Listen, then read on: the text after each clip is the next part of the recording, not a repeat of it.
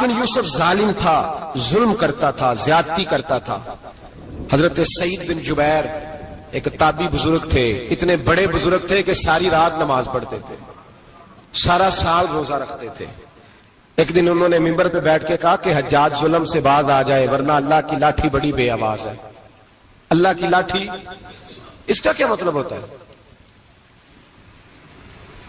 اس کا مطلب ہے جب رب کی لاٹھی چلتی ہے تو اس کی آواز، جی اس کا پہلے کوئی پیغام، وہ پہلے اعلان نہیں کرتا کہ تگڑے ہو جاؤ لاٹھی چلنے لگی ہے، لاٹھی چلتی ہے پر اس کی آواز، سمجھ آ رہی ہے میری بات کی؟ جمعۃ الوداع کے لیے تشریف لانے والے احباب خاص غور فرمائیے گا۔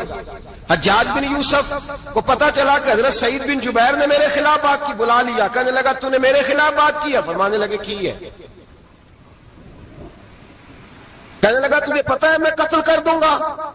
آپ فرمانے لگے نہ تو زندگی کا مالک ہے نہ موت کا مالک ہے، تو کیسے قتل کر؟ کہنے لگا تجھے پتا ہے میرا؟ فرمایا میں نے تجھے نہیں، میں نے تو کئی شداد، کئی حماد، کئی قارون، کئی فرعون، کئی نمرود دیکھے، کئیوں کی داستانیں سنی، تو کون ہے؟ تو تو چھوٹا سا ہے۔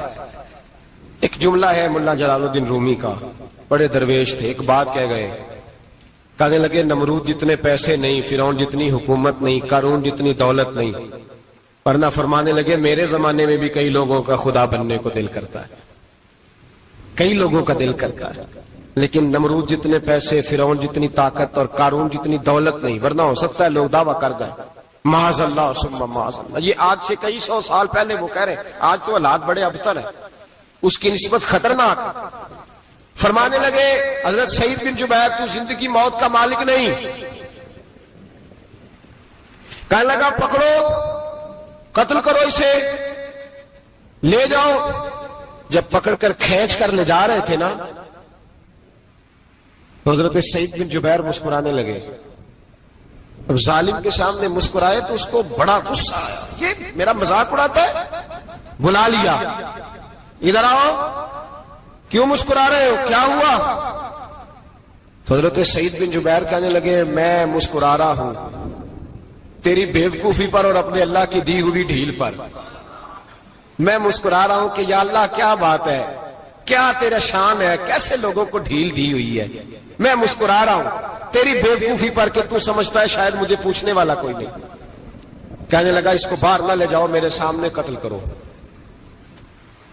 ٹھیک ہے جی، قتل کرنے لگے تو حضرت سعید بن جبیر نے منہ کعبے کی جانب کر لیا، انی وجہت وجہی للذی فطر السماوات والارض حنیفا وما انا من المشرکین۔ جب آپ نے یہ آیتیں پڑھی نا کہ میں نے منہ کر لیا ہے اپنے رب کی جانب، کرو مجھے قتل، کہنے لگا نہیں نہیں، اس کا منہ پھیرو، کعبے کی طرف ہو کے قتل نہ ہو، ہے ظالم پر پاگل ہو گیا ہے۔ حضرت سعید بن جبیر کے حوصلے نے شکست دے دی، ناکام ہو گیا، مخبوط الحواس ہو، کہنے لگا اس کا منہ پھیر دو۔ جب کعبے سے پھیرا تو آپ فرمانے لگے للہ المشرق والمغرب فانما تولى فثم وجه اللہ۔ اللہ فرماتا ہے تم مشرق اور مغرب سارا ہی اللہ کا ہے، جدھر بھی منہ کرو گے ادھر اللہ ہی اللہ ہے، جدھر بھی منہ کرو گے ادھر اللہ ہی اللہ ہے، چاروں جانب پھیر دے، جدھر منہ پھیرنا ہے تو نے پھیر دیا منہ۔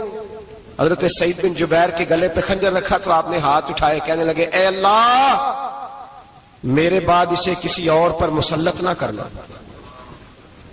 میرے بعد کسی اور پر مسلط نہ، بس میں آخری ہوں۔ جب آپ ذبح ہوئے تو اتنا خون نکلا کہ لوگ کہتے ہیں جتنا اونٹ کے وجود سے نکلتا ہے، تر ہو گیا سارا اس کا دربار۔ ایک سمجھدار آدمی کو بلا کے کہنے لگا اتنا خون میں نے بڑے بندے قتل کرائے ہیں پر اتنا خون نہیں نکلا۔ تو وہ کہنے لگے لوگ مر جاتے، مرتے وقت ڈر جاتے ہیں، سہم جاتے ہیں، خون سکڑ جاتا ہے، لگتا ہے یہ شخص جب دنیا سے گیا ہے تو ڈٹ کے گیا ہے، یہ ڈٹ کے گیا ہے دنیا سے۔ حجاج بن یوسف رات کو سویا تو تڑپ کے اٹھا، کیا ہوا؟ گھر والے کہنے لگے کیا ہوا؟ کہنے لگے سعید بن جبیر خواب میں آئے اور کہتے ہیں اٹھ مجھے بتا تو نے مجھے کیوں قتل کیا، بتا کیوں مارا؟ اگلی رات پھر سویا تو وہی خواب، پھر سویا تو وہی خواب۔ گناہ نفسیاتی مریض بنا دیتا ہے، ظلم تجھے مخبوط الحواس کر دیتا ہے۔ جب تو زیادتی کرتا ہے تو اللہ فرماتے ہیں کہ تو اللہ کو بھولتا ہے، اللہ تجھے اپنا آپ بھلا دیتا ہے، پھر تو بھول جاتا ہے، پھر تو سیدھے رستے پہ چلتا ہے پر بھٹک جاتا ہے۔ پھر تو صحیح رستوں کا تعین کر کے بھی گمراہ ہوتا ہے، پھر تو روز وہی گاڑی چلاتا ہے، پر اب جب تو بریک لگاتا ہے تو نہیں لگتی۔ جب گناہوں کے ساتھ تو مخبوط الحواس ہوتا ہے تو روز وہ کاروبار کرتا ہے، لیکن جب تیرے گناہ تجھے گھیر لیتے ہیں پھر اسی کاروبار میں تو نقصان اٹھاتا ہے۔ حجاج بن یوسف تڑپتا ہے، روتا ہے، یہاں تک کہ بیمار ہو گیا، پیٹ میں درد ہوتی ہے، پتہ نہیں کیا ہوا، تکلیف ہوتی ہے، پتہ نہیں، سارے حکیم، طبیب، ڈاکٹر، کوئی نہ سمجھ سکا کہ بیماری کیا ہے۔ جو بیماریاں خدائی ہوتی ہیں ان کا لوگوں کو پتا، جو آزمائشیں رب کی جانب سے ہوتی ہیں وہ ڈاکٹروں کے ہتھے نہیں چڑھتی، جو تکلیفیں اللہ دیتا ہے ان کا حکیم طبیب علاج نہیں کر پاتے، مشکل، اور شفا اسی وقت ہوتی ہے جب اللہ دینا چاہے، اور جب رب بھی دینا نہ چاہے تو بڑے بڑے ڈاکٹر کہتے ہیں کہ ہمارے بس کی بات نہیں رہی۔ بغداد سے حکیم آئے، پیٹ دیکھا، کہنے لگے نہ تیرے معدے میں کوئی دقت ہے، نہ تیرے جگر میں، نہ کسی اور جگہ، ماجرا کیا ہے؟ ایک آخری علاج ہے، آخری، وہ کیا؟ گوشت کا چھوٹا سا ٹکڑا دھاگے کے ساتھ باندھ کے منہ میں ڈالا، اور پھر ایک باریک سا تنکا لے کے اس کو اندر ڈالنے لگے گلے میں۔ وہ گوشت کا ٹکڑا جب حلق کے اندر اتر گیا، اس حکیم نے واپس کھینچا تو کیسے ایسی بدبو آئی جیسی کبھی سونگی نہ تھی۔ جانور، کیڑے مکوڑے لگے ہوئے باہر نکلے، اور جب دیکھا تو جتنے محل میں لوگ بیٹھے تھے چلاتے ہوئے نکل گئے کہ یہ کیا مصیبتیں ہیں۔ حکیم بھی اٹھ کے دوڑنے لگا، کہا تجھے کیا ہوا؟ کہنے لگے حجاج تیری بیماری زمینی نہیں، تیری مصیبت زمینی نہیں۔ کہا میری مرض تک تم کیوں نہیں پہنچ پا رہے؟ تو کہنے لگے لگتا ہے تو بد دعا کا مریض ہے، لگتا ہے تو ظلم کا مریض ہے، تو جبر کا مریض ہے۔ تڑپتا رہا، سسکتا رہا۔ ایک وقت وہ بھی آیا کہ گھر والوں نے کمرے میں بند کر کے تالا لگا دیا، دیوار سے ٹکرے مارتا۔ او بھائی، جو گناہوں کے بیمار ہوتے ہیں انہیں شفا نہیں ہوتی، جو ظلم، جبر، بربریت کے بیمار ہوتے ہیں انہیں سکون قلبی میسر نہیں آتا۔ دوائیاں ان بیماریوں کی بنی ہوئی ہیں جو بیماریاں زمینی ہیں، جو بیماریاں خوراک کی بد پرہیزی سے ہوتی ہیں، جو گناہوں کی بد پرہیزی سے ہوتی ہیں، ان کی بیماریاں، ان کی شفا توبہ ہے، ان کی شفا رجوع اللہ ہے، ان کی توبہ اللہ سے معافی مانگنے سے شفا ہوتی ہے۔ حجاج جب مرنے لگا تو بلایا، یہ رنگ بھی ذرا ملاحظہ کیجیے گا، دو چار قریبیوں کو بلایا، پتا ہوتا ہے نا اپنے کرتوتوں کا آدمی کو، پتا سارا ہے سردار نوکیتی ہے، جب پتا ہوتا ہے سارا، بلا کے کہنے لگا جب میں مر جاؤں تو مجھے رات کو دفن کرنا ہوں۔ کیوں بھائی، عورت ہے؟ کہنے لگا نہیں، رات کو دفنانا۔ ٹھیک ہے، رات کو دفنا دیں گے۔ پھر کہنے لگا جب صبح ہو جائے تو صبح ہونے سے پہلے پہلے میری قبر زمین کے برابر کر دینا، نشان مٹا دینا۔ کہا وجہ؟ تو کلمہ پڑھتا ہے، حضور کا حکم ہے کہ قبر کم از کم ایک بالش، ایک گٹ اونچی ہونی چاہیے زمین سے، کم از کم، تو تیری قبر مٹا دے، وجہ؟ پتا ہوتا ہے اپنے ظلموں کا۔ کہنے لگا مجھے پتا ہے لوگ میرے مرنے کے بعد میری قبر بھی نہیں چھوڑیں گے، دنیا میں تو میرے جبر کی وجہ سے کوئی آ نہ سکا، لیکن میری قبر بھی لوگ جنازوں میں باتیں شروع کر دیتے ہیں۔ جنازوں میں نے ایسی بھی داستانیں سنی ہے کہ کوئی مرا تو لوگ جوتوں کا ہار قبر پہ ڈال آئے۔ نہیں بھائی، تو جب زندہ تھا تو تیرے جبر ظلم کی وجہ سے نہیں کو بول سکا۔ ایک تو ہے قیامت میں حساب ہوگا، یہاں دنیا میں حساب ہونے لگتا۔ اتنی لمبی زبانیں لوگوں کی لٹک کر مرتے وقت باہر نکل آتی ہیں۔ دعا کریں، جمعہ ہے، اللہ تعالیٰ ایمان کی موت عطا فرمائے، دعا فرمائے رب تعالیٰ اللہ تبارک و تعالیٰ توبہ کر کے جانے کی توفیق عطا فرمائے، جاگے جاگے اور سنے اور دعا کرے، اے اللہ تو ہمیں ظلم سے ویسے ہی محفوظ فرما، اگر ہم زیادتی کرنے لگے تو اے اللہ ہمیں اس سے منع فرما، ہمیں اس سے تو یہ توفیق دے کہ ہم باز آ جائیں اس گناہ سے۔ میرے بھائی، ایک تو دنیا میں سزا ہے، پھر قیامت کی سزا ہے، اور وہ زیادہ سخت ہے، وہ زیادہ سخت ہے۔ ہم لوگوں نے نا ہیلے بہانے بڑے بنائے ہوئے ہیں۔ بینک کے ساتھ کاروبار کرنے والا کہتا ہے نہیں نہیں مجبوراً لیا ہے، مجبوراً مر رہا تھا تو آخری لبوں پہ تھا تو جائز ہے، جائز ہے۔ اس وقت جب تجھے کھانے کو لقمہ نہ لگے تو حرام کھانا بھی جائز ہے، کیا دقت تھی؟ کیوں اللہ رسول کے مقابلے میں کھڑا ہوا تو؟ کیوں سود کا دھندا کیا؟ کیا تکلیف تھی؟ کہاں تو الجھ گیا تھا؟ ہم جان بوجھ کے اپنے لیے جہنم کٹھی کرتے ہیں، پھر کہتے ہیں سکون نہیں زندگی میں۔ کہاں سکون آئے گا؟ کیسے آئے گا؟ ہم نے خود آگ لگائی ہے چمن میں اپنے۔ جو قیامت کی سزا ہے، میرے نبی پاک علیہ السلام نے فرمایا رب تمہیں سامنے کھڑا کرے گا۔ اور کس طرح کھڑا کرے گا؟ فرمایا لوگوں کے وجود سے کپڑے اتر جائیں گے، زمین اس طرح دہکے گی جس طرح تانبا زمین پہ رکھا جائے اور آگ جلائی جائے۔ تانبا دیکھا ہم لوگوں نے؟ یہ بھی گرمی گزری ہے نا، تو فرش پر جب سورج پڑتا تھا تو ننگے پاؤں چلا نہیں جاتا تھا۔ صحیح کہہ رہا ہوں؟ ننگے پاؤں، بچے کا پیر زمین پہ لگتا تو چیخ اٹھتے ہیں، کہتے ہیں اوہ جل گیا پیر۔ حالانکہ یہ فرش دنیا کے، اور اگر تانبے کے اندر خاصیت ہے کہ اگر کوئی دھات جلدی اور زیادہ گرم ہوتی ہے تو وہ تانبا ہے۔ میرے نبی نے مثال دی تو اس کی دی جو سخت تھا، فرمایا تانبے کی طرح زمین تپائی جائے گی اور پھر ننگے پاؤں رب تمہیں کھڑا کرے گا۔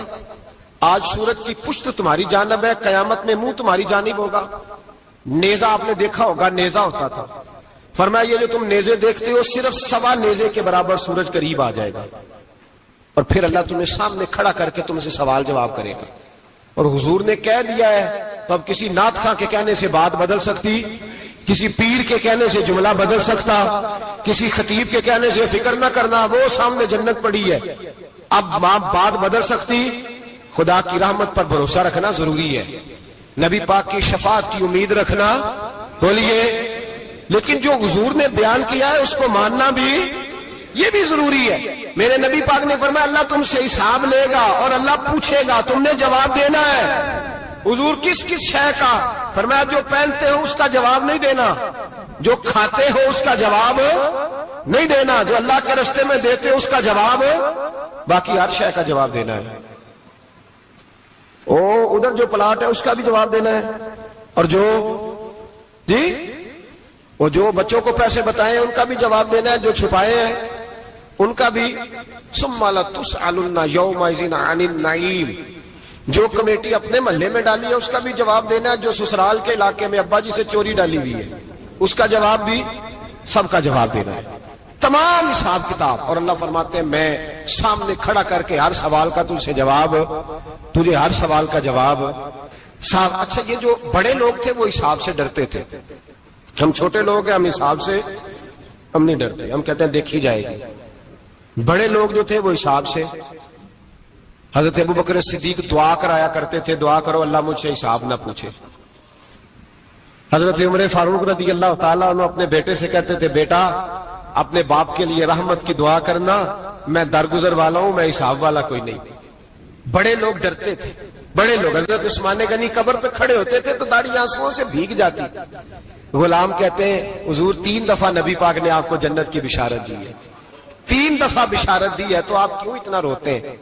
عثمان غنی فرماتے جس رسول نے مجھے جنتی کہا ہے اسی محبوب نے مجھے فرمایا تھا عثمان قبر آخرت کی منزلوں میں سے پہلی منزل ہے۔ اور آپ فرماتے میرے تو کمرے میں دیا گل ہو جائے تو مجھے ڈر لگتا ہے، اس میں تو مکمل اندھیرا ہے۔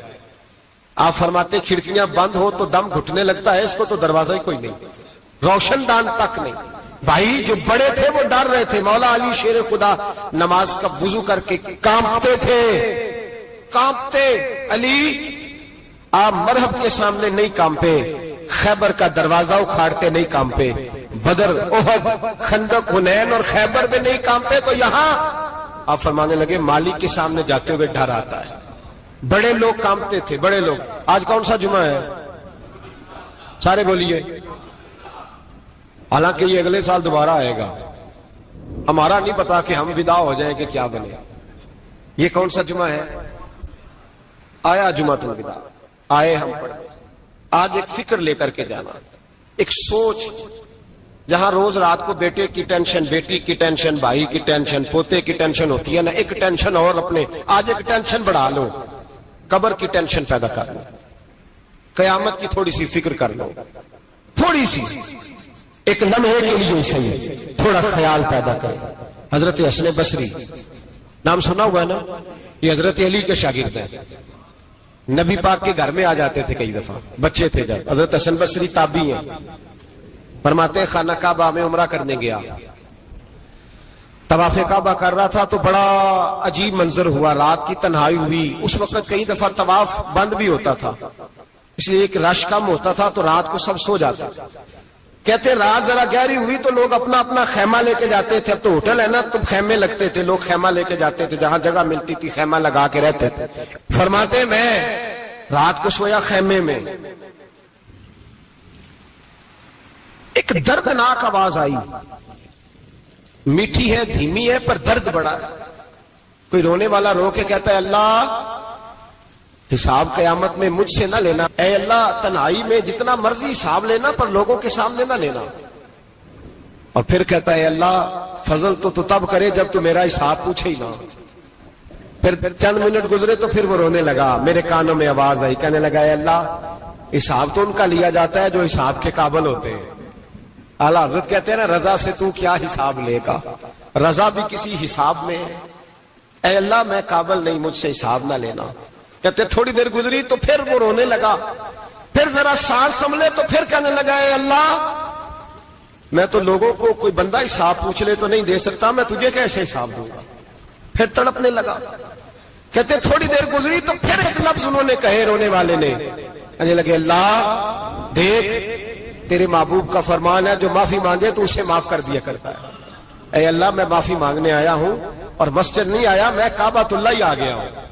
کہتے ہیں وہ اتنا روئے کہ چیخ آئی ان کی، اور جب دھڑام سے کوئی زمین پہ گرا تو میں پریشان ہوا کہ اب تو بے ہوش ہو گیا۔ فرماتے ہیں میں زور سے اٹھا فٹافٹ اور اس شخص کی طرف بڑھا، میرے دل میں خیال ہے کوئی گناہگار ہے بیچارہ، تو چلو میں بھی دعا کرتا ہوں، اس کو کہتا ہوں بیٹے فکر نہ کر اللہ تیری مدد کرے گا۔ فرماتے میں گیا اس نیت کے ساتھ کہ میں کہوں گا چلو اٹھو تم بھی دعا کرو میں بھی کرتا ہوں، اللہ ہم سے حساب نہ پوچھے۔ کہتے میں گیا تو وہ شخصیت بے ہوش پڑی تھی، کالے سیاہ بال ان کے چہرے پہ بکھرے ہوئے تھے۔ کہتے لوگوں جب میں نے زلفیں ہٹائیں چہرے سے تو میرا وجود کانپنے لگا آسمان ٹوٹ پڑے گا، زمین پھٹ جائے گی، ستارے بکھر جائیں گے، آج بہ جائیں گے سمندر۔ فرماتے میری چیخیں نکل گئی، یہ کوئی گناہگار تو نہیں، یہ تو حضرت فاطمہ کے پوتے امام زین العابدین ہے، یہ تو امام حسین کا وہ بیٹا ہے جو کربلا میں تنہا بچے تھے۔ فرماتے میں امام کا چہرہ دیکھا تو بھاگ کے آیا اور میں نے اپنی داڑھی ان کے پیروں کے ساتھ مس کی اور میں نے کہا حضور اٹھئے۔ امام اٹھے تو میں نے کہا شہزادے تیرے تو اشارے سے اللہ کئی گناہگاروں کو بخشے گا، تیری تو دعا سے اللہ بخشے گا، یہ کیا کر رہے ہو؟ تو امام زین العابدین کہنے لگے حسن بصری ادھر آ یار، ادھر آؤ بزرگو، میرے دادا کے پاس رہنے والے ہو، میں نے نا آج ہی سنا ہے کہ اس کا عذاب بڑا سخت ہے، آؤ میرے لیے دعا کرو، اللہ پاک مجھ سے حساب نہ پوچھے۔ کہا حضور نہ کریں۔